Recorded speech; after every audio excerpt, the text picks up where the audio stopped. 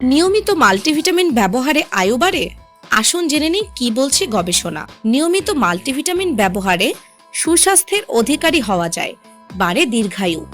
এমন প্রচলিত ধারণা বা বিজ্ঞাপন দেখে নিয়মিত লম্বা সময় মাল্টিভিটামিন ব্যবহার করতে দেখা যায় অনেককেই।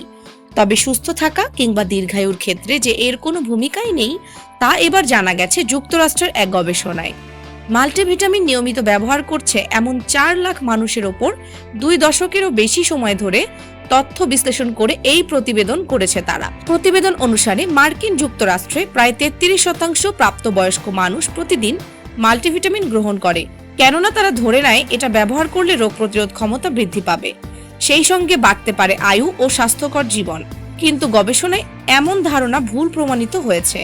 এছাড়াও গবেষণায় দেখা গেছে মাল্টিভিটামিন ব্যবহারে ক্যান্সারের জাতি বা পারিবারিক ইতিহাসের উপর উল্লেখযোগ্য কোনো প্রভাব ফেলতে পারে না।